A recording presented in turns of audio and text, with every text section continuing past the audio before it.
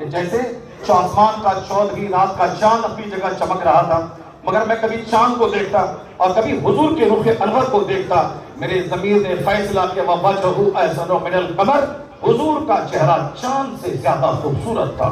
یہ اس کا اسٹیٹمنٹ ہے جس نے حضور کی محفل میں دیکھا، سرکار دو جہاں کے چہرے کو دیکھا، ہم نے نہیں دیکھا، آپ نے نہیں دیکھا۔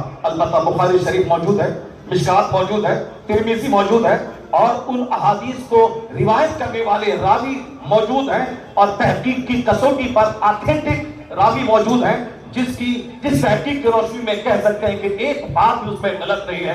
اس صحیح ستہ کی حدیث میں موجود ہے کہ صحابہ کرام نے آقا علیہ السلام کے بارے میں کیا کہا، سرکار کا چہرہ چاند سے زیادہ خوبصورت۔ حضرت ابو ہریرہ کہتے ہیں ان الشمس تجری فی وجہہ، گویا سورج تھا جو مصطفیٰ کے چہرے میں تیر رہا ہو، یعنی حضور کا رخ روشن ایسا جیسے سورج مصطفیٰ کے چہرے پہ تیر رہا ہو۔ ایک صحابی کہتے ہیں کہ ہمیں سرکار کے تلاش کرنے کے لیے پوچھنا نہیں پڑتا تھا کہ حضور کا گزر کس راستے سے ہوا ہے، اس قدر زبردست خوشبو حضور کے جسم اطہر سے پھوٹتی تھی کہ راستہ بتاتا تھا کہ مصطفیٰ کا گزر اس راستے سے ہوا ہے۔ اسے اعلیٰ حضرت فاضل بریلوی کہتے ہیں کہ گزرے جس راہ سے وہ سید والا ہو کر، رہ گئی ساری زمین عنبر سارا ہو کر۔ آقا جس راستے سے گزرتے تھے ساری زمین معطر معمر ہو جاتی تھی۔ when the prophet walked along any street, the entire earth، ایک زمین کا پارٹ نہیں، the entire earth became fragrant and sweet، یعنی fragrant اور sweet ہو جاتی۔ صحابہ کو پوچھنے کی ضرورت نہیں پڑتی حضور کس گلی سے گزرے ہیں، حضور کس راستے سے گزرے ہیں، راستہ بتاتا کہ مصطفیٰ کس راستے سے گزرے ہیں۔